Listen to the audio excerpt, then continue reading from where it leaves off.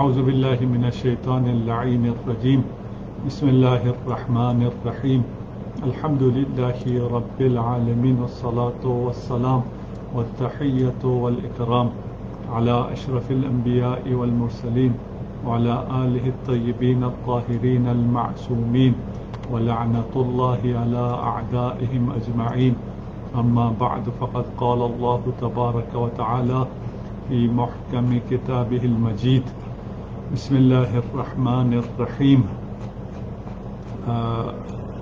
والله خلقكم ثم يتوفاكم ہم کون سی آیت تک پہنچے تھے؟ ابھی ہم آج ہمارا زوم کام نہیں کر رہا تھا، اس لیے ہم فیس بک سے لائیو ہوئے ہیں. میں ادھر اپنے نوٹس میں دیکھ لوں گا ہم کون سی آیت تک پہنچے تھے. 79 ہم 79 سے اولم یروا الی الطیر مسخرات فی جو السماء ما یمسکہن الا اللہ ان فی ذلک لآیات لقوم یؤمنون. الحمدللہ سورہ نمل کی سورہ نحل کی ہم یہ آیات پڑھ رہے ہیں اور 79 ہم آیت پر پہنچے ہیں.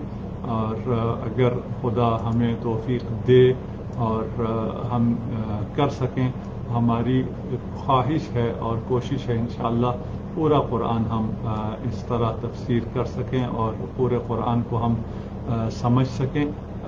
خدا کی بارگاہ میں دعا ہے کہ ہمیں قرآن کے ساتھ زندگی بسر کرنے کی توفیق عنایت فرمائے، قرآن کے ساتھ ہمیں محشور فرمائے اور ہماری زندگیوں میں قرآن کو وہ رول اور نقش حاصل ہو کہ ہماری زندگیاں قرآن کے ساتھ بسر ہوں انشاءاللہ.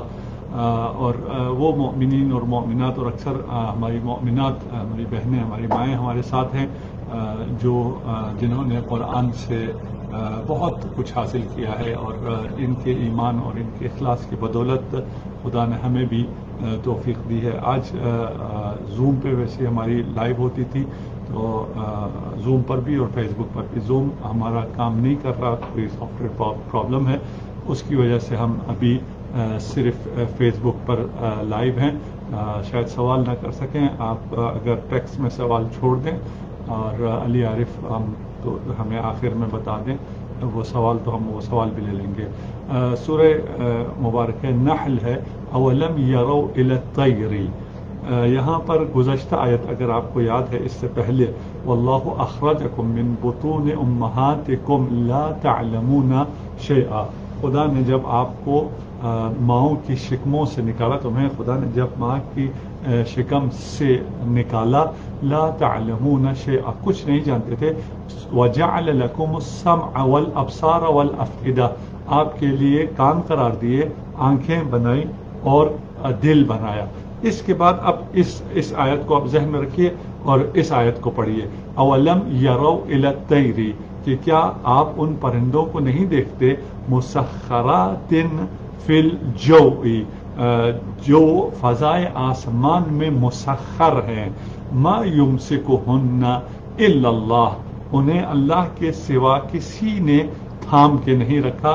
ان فی ذالک لآیات لقوم یؤمنون اور اس میں آسمان میں جو پرندے اڑ رہے، فضائے آسمان میں اڑتے پرندے اور ان کو جو خدا نے تھام رکھا ہے، تمسک کا لفظ آپ کو یاد ہے حدیث ثقلین سے، ما یمسکہن ان کو تھامے نہیں رکھا ہے الا اللہ، صرف یہ قدرت خداوندی ہے جس کی وجہ سے وہ موجود ہیں فضائے آسمان میں یہ پرندے. اچھا، اب جو ہم نے جیسے پچھلے آیت کا آپ کا حوالہ دیا جعل لکم السمع والابصار والافئدہ کہ خدا نے تمہیں سننے کے لیے کان دیے، دیکھنے کے لیے آنکھیں دی ہیں اور سمجھنے کے لیے دل دیا ہے. ان کانوں سے تم آیات الہی کو سن رہے ہو.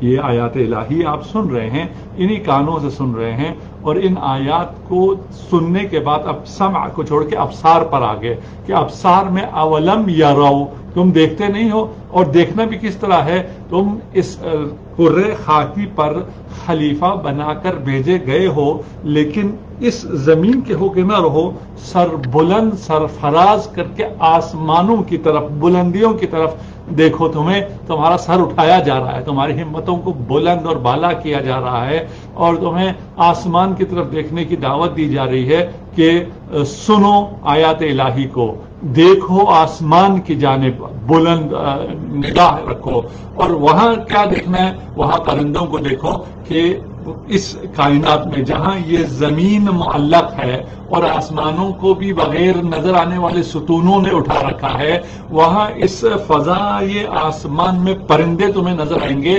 ان کو کس نے تھام رکھا ہے؟ اللہ اکبر! یہ کتنی بڑی آیات الہی ہے کہ اس زمین کو فضا میں معلق رکھا ہے.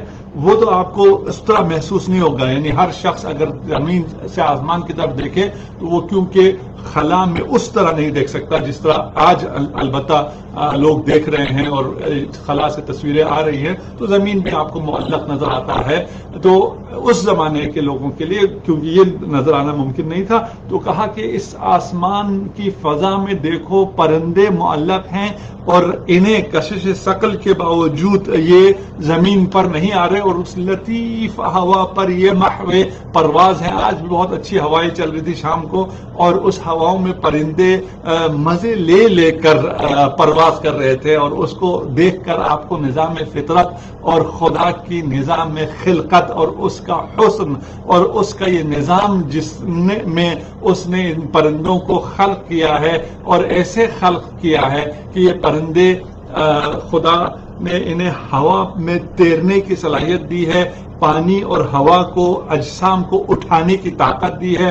پرندوں کے پر کو بھی ایسا ڈیزائن کیا کہ اس کے نیچے زیادہ سے زیادہ ہوا آئے اور وہ اپنے آپ کو بیلنس کر سکے. اس کے لیے اس کے پروں کی ساخت اور پروں کی جو اندازہ ہے اور لینتھ ہے وہ تمام چیزیں اتنی دقیق خلق کی گئی ہیں اور پھر ان پرندوں کو فطری طور پر اڑنے کی صلاحیت عطا کی گئی ہے کہ اس کو کب اپنے پر کو پھیلانا ہے، کب سمیٹنا ہے، کب اس نے اپنے پروں کو چلانا ہے. یہ تمام چیزیں اسے فطرت نے، اسے خدا نے خلق کی ہے. تجھے کہا ہے کہ تو آسمان کی طرف نگاہ اٹھا اور اسے دیکھ اور پھر اگر تندی باد مخالف کو تو دیکھتا ہے تو اس سے نہ گھبرا، اس لیے کہ یہ تو چلتی ہے تجھے اونچا اڑانے کے لیے. یہ آیات الہی کس کے لیے ہیں؟ کون ان سے فائدہ اٹھا سکتا ہے؟ ان فی ذلک لآیات لقوم یؤمنون. لیکن ایمان اگر نہیں ہے تو پھر ان آیات سے انسان فائدہ نہیں اٹھا سکتا، ان آیات سے خدا تک انسان نہیں پہنچ سکتا ہے. ان آیات سے خدا تک پہنچنے کے لیے ایمان چاہیے. واللہ جعل لکم من بیوتکم سکنا، اور اللہ نے تمہارے گھروں کو تمہارے لیے سکون کی جگہ بنایا، سکن بنایا، سکون کی جگہ بنایا. تمہارے گھروں کو سکون کی جگہ بناؤ. اس میں یہ میسج بھی ساتھ میں ہے. گھروں کا بڑا ہونا، لگژریس ہونا، اس میں قیمتی ٹائل اور ماربل اور باقی چیزیں لگے ہونے سے گھر نہیں ہوتا ہے. گھر اگر اس میں سکون ہو، سکون ذکر خدا سے حاصل ہوتا ہے، آرامش ذکر خدا سے حاصل ہوتا ہے. اپنے گھروں میں ذکر خدا کو عام کرو، اپنے روابط کو، اپنے ریلیشنز کو مضبوط بناؤ، صلہ رحمی کو لے کر آؤ، رشتہ داروں سے، ماں باپ سے محبت، ان سے ملنا اور بچوں کی صحیح تربیت، اس سے وہ گھر سکون میں آتا ہے. واللہ جعل لکم من بیوتکم سکنا، اللہ نے تمہارے گھروں کو تمہارے لیے سکون بنایا. وجعل لکم من جلود الانعام بیوتا تستخفونها، اور اللہ نے ہی تمہارے لیے جلود انعام سے، جانوروں کی کھالوں سے ایسے گھر بنائے تستخفونہا، جو کہ بہت ہلکے ہیں، جسے تم ہلکا محسوس کرتے ہو، یوم ظعنکم، تمہارے سفر کے ایام کے لیے، ویوم اقامتکم، تمہارے حضر کے ایام کے لیے، جہاں پر تم اپنی اقامت گاہ میں ہو، جہاں تم اپنے گھر میں ہو، حضر میں ہو یا سفر میں ہو، دونوں کے لیے گھروں کو سکون بنایا اور چمڑے سے، کھالوں سے تمہارے لیے ہلکے گھر بنائے، ٹینٹ، جس طرح عربوں کے کلچر میں وہ ٹینٹ تھے، اور وہ ٹینٹ اسی کھالوں سے بنایا کرتے تھے، اور وہ سفر کے لیے بھی تھا۔ اگر آپ جائیں ابھی، اور آج کل موسم بہت اچھا ہے، بہت سے پہاڑی علاقوں میں، اگرچہ میدانی علاقوں میں گرمی ہے، وہاں اگر آپ جائیں ٹینٹس میں رہیں، اور وہ ہلکا ٹینٹ، اور آج کل تو اس سے بھی زیادہ لائٹ ویٹ ٹینٹس آ گئے ہیں، ان کو یوم ظعنکم، سفر کے دنوں کے لیے بھی، ویوم اقامتکم، جہاں آپ اپنے وطن میں ہیں، ومن اصوافہا، اور یہ جو جلود انعام سے ہے، اور ان میں سے تمہارے، البتہ یہ ومن کے بعد اس کا خبر بعد میں آ رہی ہے، ومن اصوافہا، بھیڑ کی اون سے، ومن اوبارہا، واوبارہا، اور اونٹ کے اون یا پشم سے، واشعارہا، اور بکرے کے بالوں سے، اساساً، اللہ نے قرار دیا ہے تمہارے لیے، من جلود الانعام بیوتا، کھالوں سے گھر قرار دیے ہیں، اور اسواف اور اوبار اور اشعار سے، یعنی اون سے اور ان کے بالوں سے تمہارے لیے اساساً و متاعا الی حین، گھر کا اساس، سامان، اور ایک مدت کے استعمال کی چیزیں، متاع الی حین، ایک مدت استعمال ہونے والی چیزیں، تمہارے کارپیٹ، تمہارے کپڑے، تمہارے یہ ساری چیزیں جو تمہاری لگژریز ہیں، تمہاری ضرورتیں ہیں، اس کو خدا نے تمہارے لیے قرار دیا ہے۔ گھر میں خدا نے سکون، ٹرانکولیٹی، اطمینان، تحفظ کی جگہ بنایا ہے، اس لیے گھر کو اور اس کی چار دیواری کو تقدس حاصل ہے اور حفاظت حاصل ہے۔ اسلام کتنا خوبصورت مذہب ہے، اس میں کتنی زیادہ ہیومن رائٹس ہیں اور انسان کو حقوق دیے گئے ہیں کہ اسلام کی اگر صحیح معنوں میں اسلام کو نافذ کیا جائے اور اس پہ سمجھا جائے اور اس پہ عمل کیا جائے، انتہائی خوبصورت مذہب ہے۔ قربان جاؤں میں اس مذہب پر، اس دین پر، اس خوبصورت نظام پر جسے خدا نے ہمارے لیے پسند فرمایا ہے، اور اس میں گھر کو جائے سکون بنایا ہے، اور سکون کو ہم نے بنانا ہے، یعنی جو وہاں پر رہنے والے ہیں انہوں نے اس سکون کو بنانا ہے، قائم رکھنا ہے۔ اس کے علاوہ آپ گھر کے اندر فساد کر کے گھر کو خراب اگر نہیں کرتے ہیں تو پھر خدا نے جو آپ کو حقوق دیے ہیں، کسی نہ فرد کو، نہ حکومت کو، نہ کسی معاشرے کو، نہ کسی شخص کو، خلیفہ کو یہ حق نہیں ہے کہ وہ کسی کے گھر کے اندر داخل ہو، وہ کوئی دیوار کود کر گھر میں داخل ہو۔ یہ اسلام نہیں ہے۔ ہمیں اسلام کے نام پہ بہت سی چیزیں بتائی جاتی ہیں جو کہ اسلام نہیں ہوتی ہے۔ اسلام میں گھر کی چار دیواری میں کسی کو بھی کودنے کی اجازت نہیں ہے، حکومت کو بھی یہ اجازت نہیں ہے، خلیفہ کو بھی یہ اجازت نہیں ہے، اور ایجنسیوں کو بھی یہ اجازت نہیں ہے وہ کسی کے گھر کے اندر کودے۔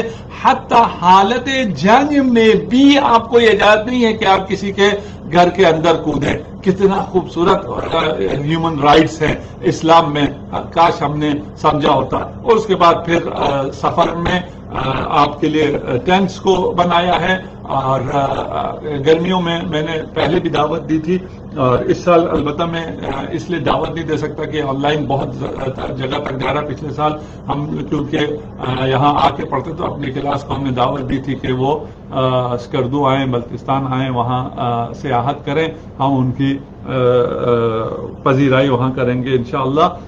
یہ دعوت آپ بھی عام ہیں، آئیں، خدا کی کرشموں کو، حسن کو، جمال کو آ کر وہاں دیکھیں۔ واللہ جعل لکم مما خلق ظلالا، اور اللہ نے ہی تمہارے لیے اپنی پیدا کردہ چیزوں کے سائے بنائے۔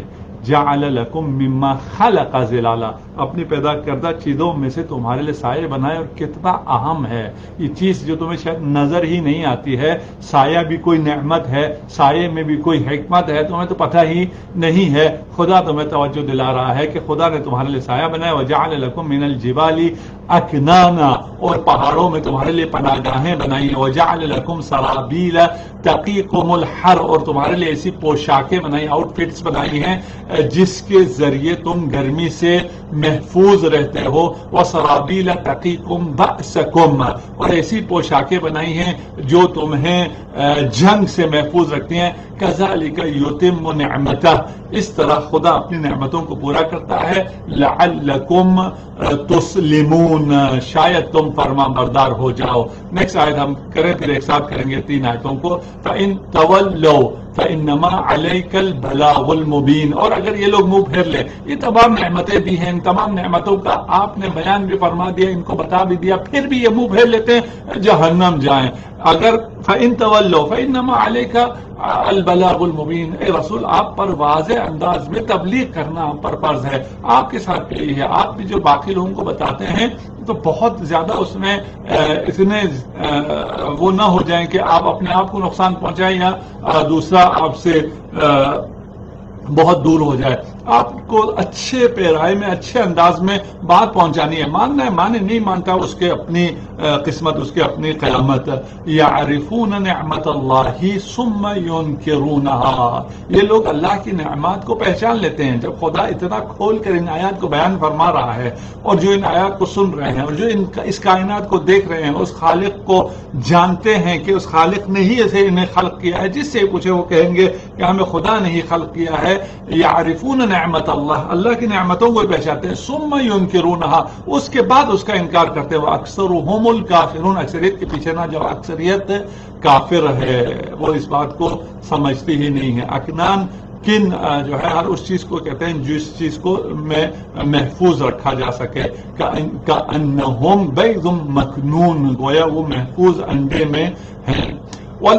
اب اس 3 آیتوں کو اگر ہم ایک ساتھ کریں، واللہ جعل لکم مما خلق ظلالا، غروب آفتاب کے بعد آسمان پوری زمین پہ سایہ ہو جاتا ہے. جب سورج ہو تو اجسام جس سورج کے سامنے آ جائیں اس کی وجہ سے درخت کا سایہ، دیواروں کا سایہ، پہاڑوں کا سایہ، اور یہ سایہ انسانی زندگی میں انتہائی اہم کردار ادا کرتے ہیں. اور اگر یہ سایہ نہ ہوتا تو یہ زمین میں موجود اکثر علاقے جل کر ختم ہو جاتے ہیں. ومن الجبال اکنانا، گرم ترین علاقوں میں اور حفاظت کے لیے سرترین علاقوں میں بھی غار حفاظت کے لیے، گرم ترین علاقوں میں بھی غار جو ہیں وہ حفاظت کے لیے ہیں، اور ایک سرٹن لیول کے پاس جانے کے بعد وہ سیم ٹیمپریچر پر رہتے ہیں. وجعل لکم سرابیل تقیکم الحر، اور پوشاکوں کو، آؤٹ فٹ کو تمہارے لیے بنایا گرمی سے بچانے کے لیے.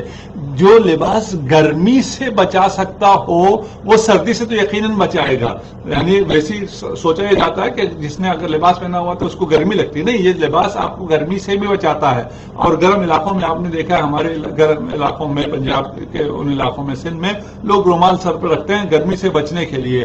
خدا نے اس لباس کو تمہارے لیے بنایا ہے گرمی سردی سے تمہیں بچانے کے لیے، اور اس لباس کو بنایا نے زرا، اور آج کل آرمڈ وہیکلز اور باقی جو چیزیں آئی ہیں کہ تم جنگوں سے بھی محفوظ رہ سکو. اور یہ جو ماسک تمہارے لیے بنایا ہے یہ بھی اس لیے ہے کہ تم محفوظ رہ سکو. اگر ماسک لگاؤ تو یہ اس کے خلاف نہیں ہے، آپ خدا آپ کا بھلا کرے، توکل کے خلاف نہیں ہے. یہ بات آج کل بہت زیادہ چل رہی ہے. یہیں درمیان میں ہم اس کو بھی بیان کر دیں کہ آپ کو بچانے کے لیے جو آپ اگر ویسی سوچیں تو آپ کہیں گے یہ لباس تو درزی نے سیا ہے، اور یہ جو ہے فلان برانڈ کا کپڑا ہے، اسے خدا کیوں کہہ رہا ہے کہ خدا نے بنایا ہے؟ یہ جو چیزیں خدا نے اسباب فراہم کی ہیں اور آپ کو عقل دی ہے، اور آپ نے اس کو صرف ڈسکور کیا ہے، آپ نے اس کو صرف سی دیا ہے، اسمبل کیا ہے، باقی یہ سب خدا کی خلقت ہے. اگر کوئی ویکسین ہے جو مرض سے آپ کو بچا سکتی ہے تو وہ بھی خدا کی خلقت ہے، وہ بھی سبب الہی ہے، اور اس کے ذریعے آپ اگر بچیں گے تو اللہ جعل لکم ویکسین تقیکم من الکرونا.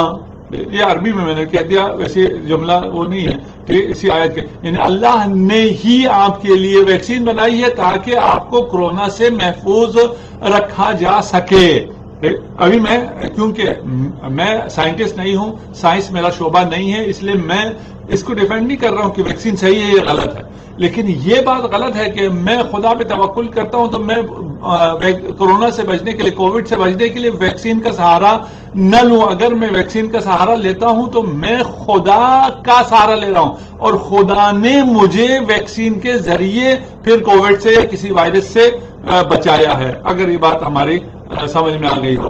رہ گیا کہ کچھ علماء اس میں انٹرفیئر اس طرح کر رہے ہیں کہ یہ سازش ہے، یہ پتہ نہیں کیا ہے اور پتہ نہیں یہ ہے۔ بھائی آپ کی فیلڈ نہیں ہے علماء کی، یعنی میری فیلڈ نہیں ہے کہ میں ویکسین کے بارے میں مثبت یا منفی رائے دے سکوں۔ میں ریفر کر سکتا ہوں کہ فلان کہتا ہے مثبت کی طرف 10 سائنٹسٹ ہیں، منفی کی طرف 4 سائنٹسٹ ہیں، جس طرح بھی ہو سکتا ہے، میں اس طرح کہہ سکتا ہوں، لیکن مجھے کسی چیز کا علم نہیں ہے۔ علم اس کو ہوتا ہے، دیکھیے جیسے آپ مسئلہ بتاتے ہیں تو آپ کو علم نہیں ہوتا، آپ صرف کہہ سکتے ہیں جی آیت اللہ سیستانی نے یہ فرمایا ہے، ابھی کیوں فرمایا ہے، اس کے پیچھے کیا دلائل ہیں، اس کے پاس روایت کیا ہے، آیات کون سی ہیں، ان میں اگر تعارض ہو جاتا ہے اس کا حل کیا ہے، یہ مجتہد ہی کو پتہ ہے، ہمیں اس بات کا علم نہیں ہے۔ اسی طرح یہ کووڈ کے جو ویکسینیشن ہے، اس میں کون سی چیز صحیح ہے، کون سی چیز غلط ہے، اس کا ہمیں علم نہیں ہے۔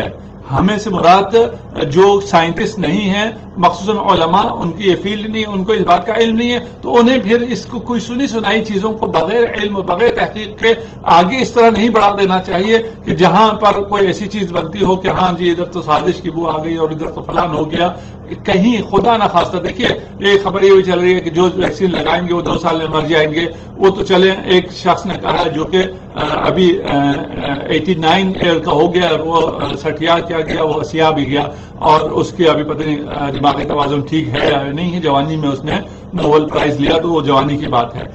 وہ کہہ رہا ہے آپ مریں گے 2 سال کے اندر جس نے ویکسین لگایا، یہ ایک احتمال ہو گیا۔ اگر ویکسین نہ لگائیں اور آپ کو وائرس کے آپ شکار ہو گئے تو اگر آپ جو مر جاتے ہیں اس کو کیا کریں گے؟ رہ کے آپ کہیں جناب جو مرتے ہیں وہ 2% ہیں، وہ 1% ہیں، وہ جتنے ہی % ہیں، بھائی پرسنٹیج کو آپ نے کیا کرنا ہے؟ وہ 1% اگر آپ ہوئے تو کیا کرو گے؟ ہے نا، وہ 1% اگر میں ہوں، وہ 1000 میں سے 1 بھی اگر میں ہوں تو پھر مجھے تو خود اپنے آپ کو بچانا ہے، مجھے اس پرسنٹیج سے کیا کرنا ہے کہ کووڈ سے تو 1% صرف مرتے ہیں، 2% صرف مرتے ہیں، 98% کیور ہو جاتے ہیں۔ اگر میں اس 2% میں آ گیا تو پھر میرے ساتھ کیا ہوگا؟ آپ اس تفسیر کی طرف آتے ہیں۔ اس میں معذرت چاہتا ہوں، میں مجھے زیادہ آپ کا وقت خراب نہیں کرنا چاہیے۔ یوم نبعث من کل امت شہیدا ثم لا یؤذن للذین کفروا ولا هم یستعتبون۔ یوم نبعث فی کل امت شہیدا، اور اس روز ہر امت میں سے ایک گواہ اٹھائیں گے۔ یوم دن نبعث اٹھائیں گے، من کل امت ہر امت میں سے، شہیدہ ایک گواہ، ثم لا یؤذن، شہید گواہ کو کہتے ہیں قرآنی اصطلاح میں، شہید جو ہے جس کو ہم شہید کہتے ہیں وہ نہیں ہے، اس کو ایک دفعہ کے لیے حل کر لیں تو جہاں جہاں شہید آئے گا وہاں آپ کو شاہد شہید وہی گواہ کے معنی میں ہے۔ ثم لا یؤذن للذین کفروا، اس کے بعد کافروں کو اجازت نہیں دی جائے گی، ولا هم یستعتبون، اور نہ ہی ان سے اپنے عتاب کو دور کرنے کے لیے کہا جائے گا۔ اچھا، یہاں یہ جملہ ایک کلمہ آپ کے لیے نیا ہے، وہ یستعتبون، استعتاب۔ استعتاب کا مطلب کیا ہے کہ یہ خواہش کرنا کہ فلانی سے عتاب کو دور کر دیا جائے۔ عتاب کو جب آپ باب استفعال میں لے جائیں گے تو پھر وہ اس کے اپوزٹ معنی دے گا۔ عتاب کسی کی اصطلاح کے لیے اسے سخت الفاظ میں ڈالنے کو کہتے ہیں، استعتاب اس کا الٹا ہے، یعنی اس عتاب کو دور کرنے کے لیے، اس کو عتاب سے دور کرنا، اسے راضی کرنا، اسے منانا، اسے خوش کرنا۔ اچھا، بس صرف سمجھانے کے لیے ایسے رائٹر موڈ میں کہ شوہر کوشش میں لگا رہتا ہے استعتاب کے کہ وہ اپنی بیگم کو خوش کرے اور ڈانٹے بغیر، جھڑکے بغیر، فلان کے بغیر، لیکن اگر اس کوشش میں وہ ناکام ہوتا تو پھر لازمی نتیجہ اس کا پھر لڑائی ہے، گھر میں پھر فساد ہے۔ گھر فساد کے لیے نہیں ہے، گھر آرامش کے لیے ہے۔ ہم اکثر گھروں میں جو لڑائیاں ہوتی ہیں وہ اس چیز کو نہیں دیکھتے کہ جس چیز کے لیے لڑ رہے ہیں اس کی کتنی ویلیو ہے اور اس سکون کی کتنی ویلیو ہے. اس سکون کو جو اتنا قیمتی ہے، جس کی کوئی قیمت نہیں ہے، ہم کن چھوٹی چھوٹی باتوں کی وجہ سے ڈسٹرائے کر دیتے ہیں، کتنا خراب کر دیتے ہیں. خدا ہم سب کو یہ توفیق عنایت فرمائے کہ وہ اپنے گھروں کو پرسکون رکھیں، وہ شوہر اپنے بیویوں کو سکون دے سکیں، بیویاں اپنے شوہروں کو سکون دے سکیں. یہ شوہر بیوی کے لیے لباس ہے، بیوی شوہر کے لیے لباس ہے، اور لباس محفوظ رکھتا ہے، ایکسپوز نہیں کرتا ہے، اور اس کو محفوظ رکھ کے اس کو گرمی سے بھی بچاتا ہے، دشمن سے بھی بچاتا ہے، سکون بھی اس کو دیتا ہے. یہ انشاءاللہ ہمارے قرآنی معاشرہ، قرآنی کلاس اور قرآن سے تمسک کے بعد، قرآن کو سمجھنے کے بعد ہم میں صبر، حوصلہ اور دوسروں کو آرامش اور سکون دینے کی خصوصیات ہمارے اندر آنی چاہیے. نہ یہ کہ یہاں سے ہم نے 2-4 چیزیں سیکھ لی ہیں تو اس کو لے کر ہم مزید اپنے اطراف کے لوگوں کے پیچھے پڑ جائیں. آیت میں ارشاد ہے کہ یوم نبعث من کل امت شہیدا. ہمارے پاس ٹائم ہے ابھی، اس پہ مجھے تھوڑا سا گفتگو کرنی ہے، اور یہ ہے، اور اگلی 2-3 آیتوں کے بعد دوبارہ یہ شہید کا لفظ آئے گا. بہت اہم آیت ہے، اور ایک اہم اس حوالے سے میں کہہ رہا ہوں، بہت افسوس کے ساتھ کہنا پڑتا ہے، اس قسم کی بہت سی آیتیں ہیں جو حل نہیں ہو پاتی ہیں، بہت سے لوگوں سے حل نہیں ہوتی ہیں. بہت سی آیتیں ہیں جو حل نہیں ہوتی ہیں. کیوں حل نہیں ہوتی ہے؟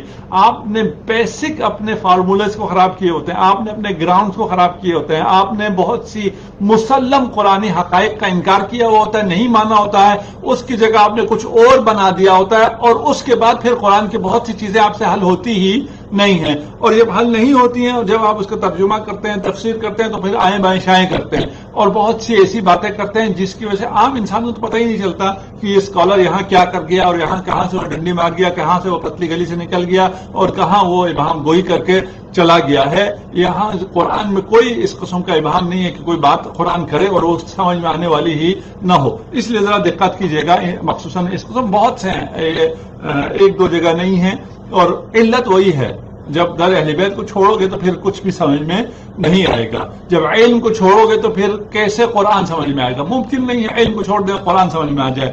کیسے ہو سکتا ہے کہ آپ کے لیے قرآن کافی ہو اور معلم قرآن کو آپ دھتکار دیں، ٹھکرا دیں، اور اسے رد کر دیں، اسے آپ کیا عرض کروں؟ یوم نبعث من کل امت شہیدا. ہر امت میں سے ایک گواہ، ہر امت کا نبی اس کا گواہ ہو سکتا ہے، اور وہ ہستیاں ہو سکتی ہیں جو نبی کے اس پیغام توحید کی محافظ ہوں. اس کے علاوہ دیگر آیتوں سے بھی ابھی ہمیں سمجھنا ہے شہید کو، ہمارے اوپر کوئی گواہ ہے. قرآن نے یہ کہا، کہہ دیں بالکل واضح کہہ دیا ہے، کیا ہمارے اوپر بھی یوم نبعث من کل امت، ہر امت میں سے. ہم امت ہے یا نہیں ہے؟ امت ہے. ہم میں ہمارا بھی کوئی گواہ ہے، اور یہ جو ہمارے اوپر گواہ ہے یہ کون ہے؟ یا یہ نبی ہے، یا نبی کا وصی ہے اور امام ہے، اور اسی تسلسل کا حصہ ہے، وہ جو توحید لے کے آیا ہے نبی، اور اسی سلسلے سے کوئی گواہ ہوگا، شہید ہوگا. یہ شہید باقی قرآنی آیتوں سے معلوم ہوتا ہے کہ صرف وہی شہادت دے سکتے ہیں جس کا اعمال سے کوئی تعلق ہو، جس کا اعمال سے کوئی لینا دینا اور تعلق نہ ہو، وہ آپ کی گواہی نہیں دے سکتا. یوم تشہد علیہم السنتہم وایدیہم وارجلہم. اس دن گواہی کون دے گا؟ ان کی زبانیں، ان کے ہاتھ اور ان کے پاؤں گواہی دیں گے.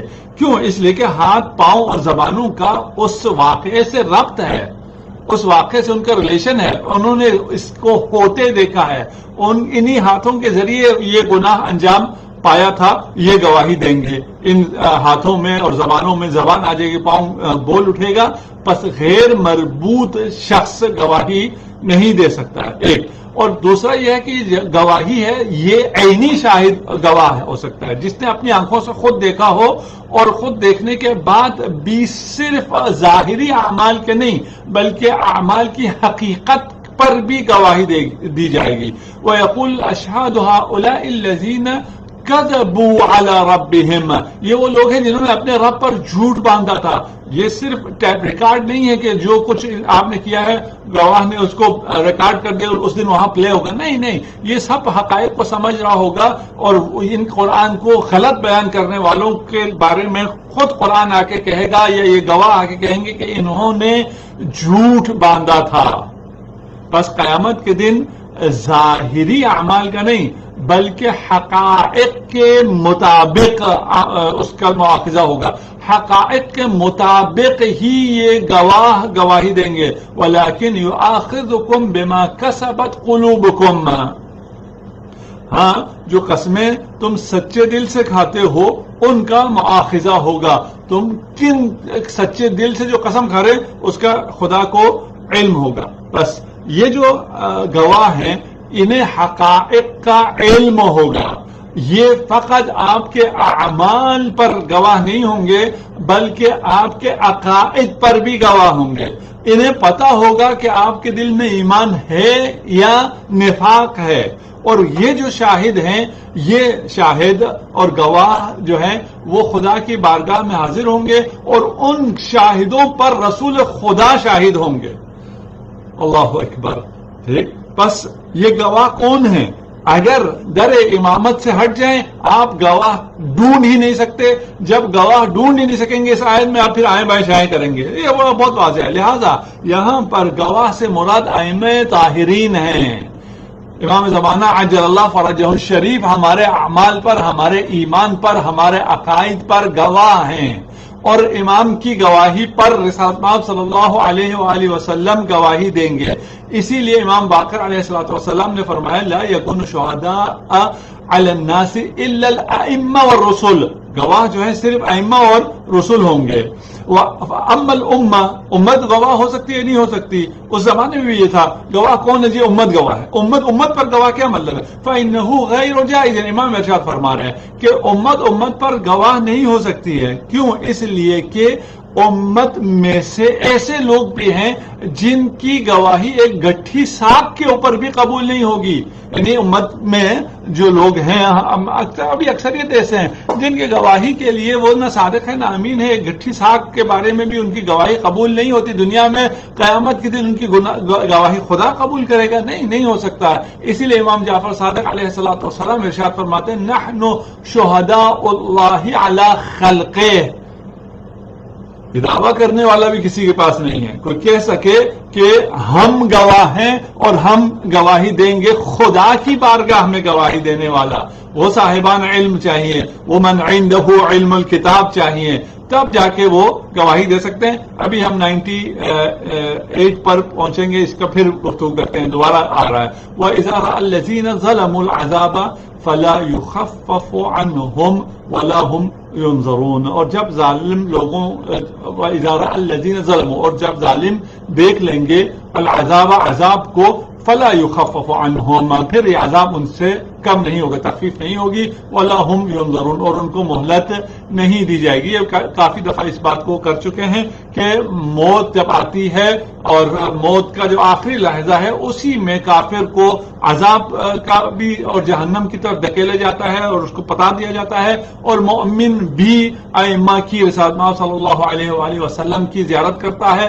اور جنت کی اس کو بشارت دی جاتی ہے. اسی دنیا میں آخری نوبت جب آ جاتی ہے اس کے بعد پھر اس کا عذاب کم نہیں ہوتا. وَإِذَا رَأَى الَّذِينَ أَشْرَكُوا شُرَكَاءَهُمْ قالوا ربنا هؤلاء شركاؤنا الذين كنا ندعو من دونك.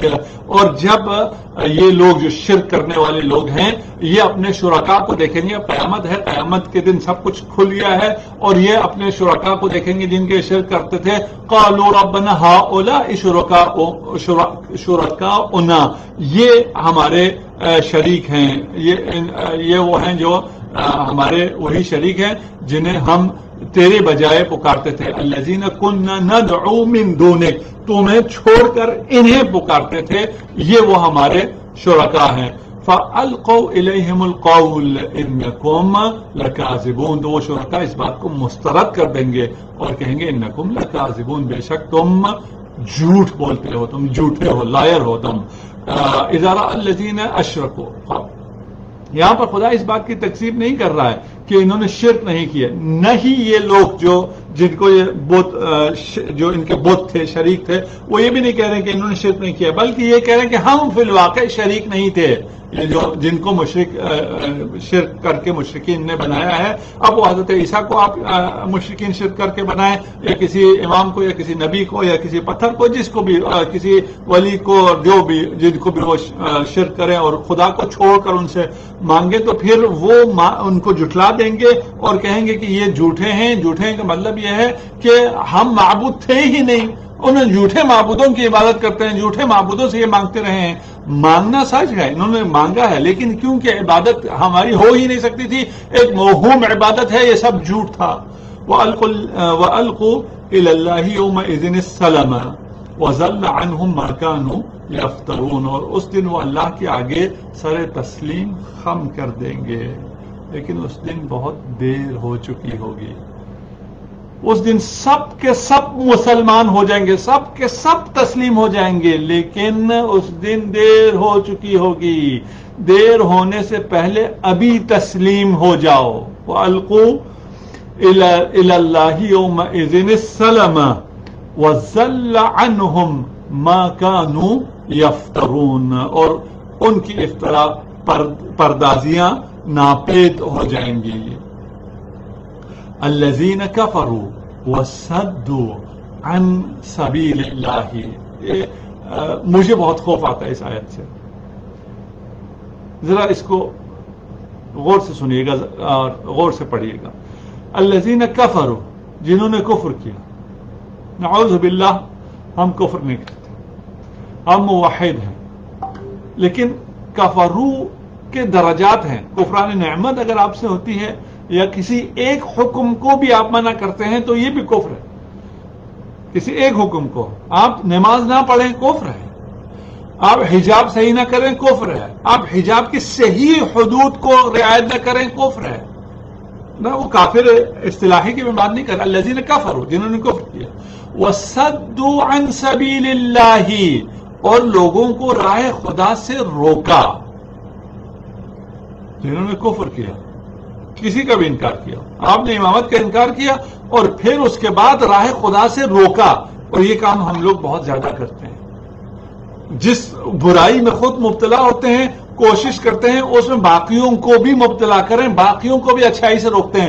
جو صحیح حجاب نہیں کرتا وہ کوشش کرتا ہے باقی بھی حجاب نہ کریں، جو نماز نہیں پڑھتا وہ کوشش کرتا ہے باقی بھی نماز نہ پڑھیں. بھائی تم خود اتنے جو بیچارے ہو گئے وہ کافی ہے، اپنے اوپر مزید بوجھ نہ لا دو اور مزید دوسروں کا گناہ بھی اپنے گردن پر نہ لا دو، بہت مشکل ہو جائے گی. زدناہم عذابا فوق العذاب. ایسے لوگوں کے لیے ہم عذاب پر عذاب کا اضافہ کر دیں گے. خدایا ہمیں بچانا اس عذاب سے، خدایا ہمیں کفر سے محفوظ رکھ، خدایا ہمیں تسلیم محض فرما. خدایا ہم تیرے تمام احکامات کو مانتے ہیں، تیرے رسول کو مانتے ہیں، تیرے رسول نے جنہیں ائمہ بنایا انہیں مانتے ہیں، تیرے قرآن نے جو تمام احکام دیے ان کو ہم تسلیم کرتے ہیں. گناہگار ہیں، گناہ ہو جاتی ہے، لغزش ہو جاتی ہے، لیکن ہماری یہ کوشش ہرگز نہیں ہوتی ہے کہ صدوا عن سبیل اللہ، کسی اور کو گناہ کی طرف لے کر آئیں، کسی اور کا راستہ خیر کو ہم روکیں. اور اگر کوئی ایسا کرتا ہے زدناہم عذابا فوق العذاب بما كانوا يفسدون، یہ جو فساد پھیلا رہے ہو اس کے عوض میں عذاب در عذاب میں مبتلا ہو جاؤ گے، اور جس عذاب کے اوپر خدا عذاب دے. اللہ اکبر. والذین کفروا وصدوا عن سبیل اللہ زدناہم عذابا فوق العذاب بما كانوا يفسدون ویوم نبعث فی کل امت شہیدا علیہم من انفسہم وجئنا بک شہیدا علی ہؤلاء. ہم نے عرض کیا یہ حل نہیں ہوتی ہیں، در اہل بیت سے ہٹ جائیں، اس آیت کو سمجھ سکتے ہی نہیں، اس کو بیان کر ہی نہیں سکتے ہیں، اس کا کوئی معنی ہی نہیں کر سکتے، ادھر ادھر کی مارتے ہیں، معنی بنتا ہی ہے نہیں ہے. یوم نبعث فی کل امت شہیدا، اس دن جس روز ہر امت میں سے گواہ خود انہی میں سے اٹھائیں گے. یوم دن نبعث ہم باعث کریں گے, اٹھائیں گے, فی کل امت ہر امت میں سے, شہیدن گواہ, علیہم ان کے اوپر گواہ, من انفسہم خود ان میں سے, ہر امت میں سے. ہم ایک امت ہیں, ابھی ہم میں سے کون گواہ ہے؟ وجئنا بک, اگر آپ کے ہمارا گواہ جو ہے رسول خدا ہیں, آپ تو یہ بھی نہیں کہہ سکتے. میں باقی جو مکتب اہل بیت پر نہیں ان سے کہتا ہوں, وہ تو یہ بھی نہیں کہہ سکتے. وہ کیوں نہیں کہہ سکتے؟ آپ یا رسول اللہ کہتے ہیں, وہ تو مر کے ختم ہو گیا, اس کو پکارو ہی نہیں. جب زندہ تھا اصحاب پکارتے تھے, کہتے ہیں وہ تو زندہ تھا. اب کیا ہے؟ اب مر گیا. اب مر گیا تو کیا ہو گیا؟ نعوذ باللہ, وہ بس ختم, مٹی ہو گئی. نہیں بھائی, اگر وہ مٹی ہو گیا, وہ ختم ہو گیا, تو آپ امت محمد کیسے ہو گئے؟ جئنا بک شہیدن علی ہؤلاء. رسالت مآب سے کہا جا رہا ہے کہ ہر امت میں ایک گواہ ہوگا, وہ گواہ اپنی امت کی گواہی دے گا ہر امت میں. اور آپ رسالت مآب جئنا بک شہیدن علی ہؤلاء, اور وہ جو دوسرے گواہ ہوں گے ان پر آپ کو گواہ بنا کر نازل لایا جائے گا, بلایا جائے گا. وَنَزَّلْنَا عَلَيْكَ الْكِتَابَ تِبْيَانًا لِكُلِّ شَيْءٍ, اور ہم نے آپ پر یہ کتاب ہر چیز کو بڑی وضاحت کے ساتھ بیان کرنے والی. وَنَزَّلْنَا عَلَيْكَ, آپ پر نازل کیا, الکتاب, کتاب کو, تِبْيَانًا, ہر چیز کو بیان کرنے والے, واضح بیان کرنے والی, لِكُلِّ شَيْءٍ, ہر چیز کو واضح بیان کرنے والی, وَهُدًى, اور ہدایت, وَرَحْمَةً, اور رحمت, وَبُشْرَى, اور بشارت بنا کر ہم نے نازل کیا, للمسلمین, مسلمانوں کے لیے. اچھا, اب آ جائیے گواہ پر, ایک دفعہ اور سمجھنا ہوگا. گواہ جو ہیں وہ کون, کہاں ہیں؟ من کل فی کل امت شہیدن علیہم من انفسہم, خود ان میں سے گواہ ہوگا. اب ہم میں سے گواہ چاہیے, اور رسول خدا نہیں ہے, کیونکہ رسول خدا اس گواہ پر گواہ ہے. ہم میں سے کون ہے گواہ؟ ہم میں سے گواہ کون ہے؟ ووضع الکتاب وجاء بالنبیین والشہداء, جب کتاب اور اعمال کی کتاب رکھ دی جائے گی, آپ کے اعمال کی کتاب آپ کے سامنے رکھ دی جائے گی, نبی کو بھی بلایا جائے گا, نبی کے علاوہ گواہ کو بھی بلایا جائے گا. کون ہے تمہارا نبی؟ کون ہے تمہارا گواہ؟ کون ہے؟ جواب نہیں ہے تو آخرت نہیں ہے. جواب ہونا چاہیے, ادھر ادھر کی باتوں سے نہیں ہے. میرا گواہ کوئی ہے جو ابھی گواہی دے گا. وہ کون ہے؟ لو بقیت الارض بغیر امام لساخت, حجت خدا سے زمین خالی نہیں ہو سکتی ہے. ابھی کوئی گواہ ہوگا, اور ایسا گواہ ہوگا جو ہمارے اعمال پر شاہد ہوگا اور اس کی گواہی دے سکے گا. اللہ اکبر. فخر الدین رازی کہتے ہیں کہ یہ گواہ ایسا ہونا چاہیے جو خود گمراہ نہ ہو, یعنی خود اس کو غلطی نہ ہوتی ہو. اگر وہ معصوم نہ ہو, یعنی غیر معصوم گواہی دے رہا ہو. مثلا میں گواہی دوں, ابھی ظاہری گواہیوں میں بہت دفعہ ہو جاتا ہے کہ میں نے کسی مرڈر کو ہوتے ہوئے دیکھا, کسی کرائم کو ہوتے ہوئے دیکھا, اور میں نے کہا یہ فلان صاحب نے کرائم کیا تھا, کیونکہ میں نے دیکھا, ہو سکتا ہے میرے دیکھنے میں غلطی ہو گئی, اس کا کوئی ہم شکل ہو, یا کوئی مجھے اور غلطیاں ہو گئی ہو, بہت کچھ ہو سکتا ہے. ایسا تو نہیں ہوگا. قیامت کے دن خدا جو ہر چیز پر ناظر ہے, ہر چیز پر خود شاہد ہے, ہر چیز جس کے علم میں ہے, وہ گواہیاں پیش کر رہا ہے. بہت کچھ سمجھنے کے لیے وقت نہیں ہے, بہت ہی زیادہ گہرائیاں ہیں, اور سب کچھ سمجھا دیتی ہیں یہ آیات, سب کچھ واضح کر دیتی ہیں. لیکن تمام قرآن کو پڑھتے رہنا ہوگا, سب کو سمجھنا ہوگا. بہت سی اور چیزیں سمجھے ہوئے ہوں گے تو یہاں سمجھ میں آئیں گی. بہت سے حقائق کا انکار کیا ہوا ہوگا تو یہاں کچھ سمجھ میں نہیں آئے گا. فخر الدین رازی کہتا ہے وہ معصوم ہونا چاہیے. اگر معصوم نہ ہو تو پھر کیا پتا اس کی گواہی صحیح ہے یا صحیح نہیں ہے. کسی اور کو اس کے اوپر گواہی دینی پڑے گی, دوسرے کو اس کے اوپر گواہی دینی پڑے گی, اور یہ گواہی کا سلسلہ نہ رکنے والا سلسلہ چل پڑے گا اس وقت تک جب تک کوئی معصوم آ کر گواہی نہ دے. تو وہ معصوم کون ہے؟ جواب نہیں ہے.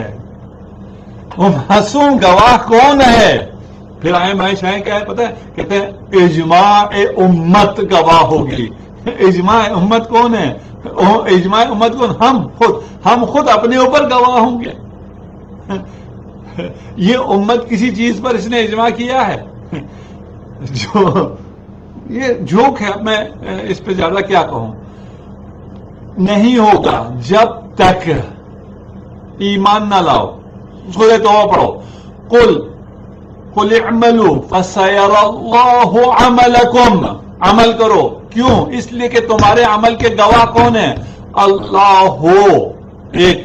سیر اللہ، اللہ دیکھ رہا ہے عملکم. اور کون دیکھ رہا ہے؟ ورسولہ، اللہ کا رسول تمہارے سارے اعمال دیکھ رہا ہے. رسول زندہ ہے. السلام علیک یا رسول اللہ. پکارو رسول خدا کو.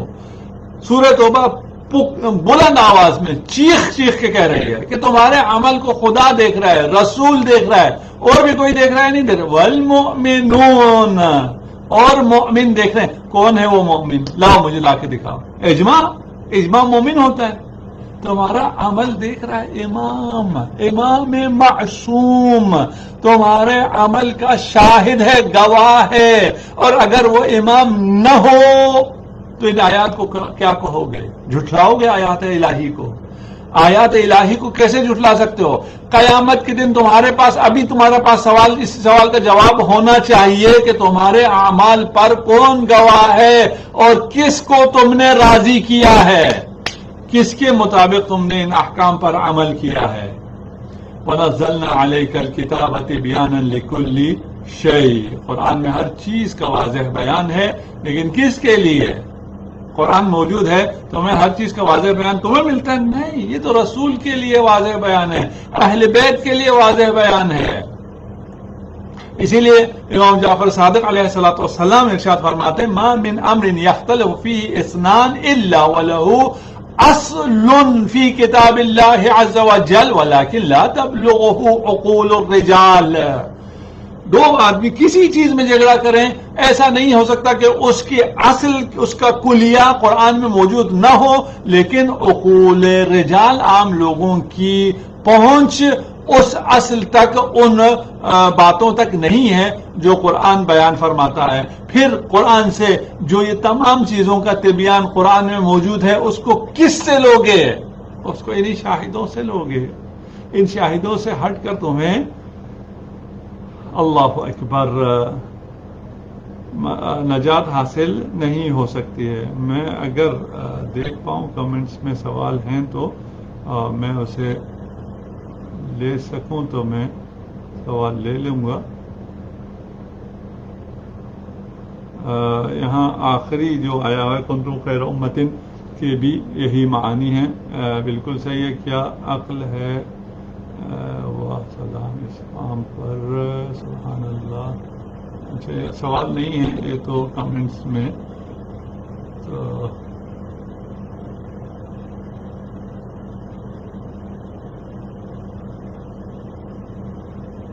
یہاں پہ ایک سوال آیا ہے کہ آیت اللہ سیستانی نے الاؤ کیا ہے ویکسینیشن لگوانے کے لیے. تو اس جواب ہم اس کا دے چکے ہیں کہ یہ جو ہے موضوع ویکسینیشن صحیح ہے صحیح نہیں ہے. اور یہ ایک ویکسین نہیں ہے، آپ کو یہ بھی معلوم ہے آج کل کے بہت قسم کی ویکسین چل رہی ہیں، ڈفرینٹ ٹائپس کی ویکسین ہے. اس میں سے کون سا صحیح ہے کون سا صحیح نہیں ہے یہ ڈاکٹرز کا وہ ہے.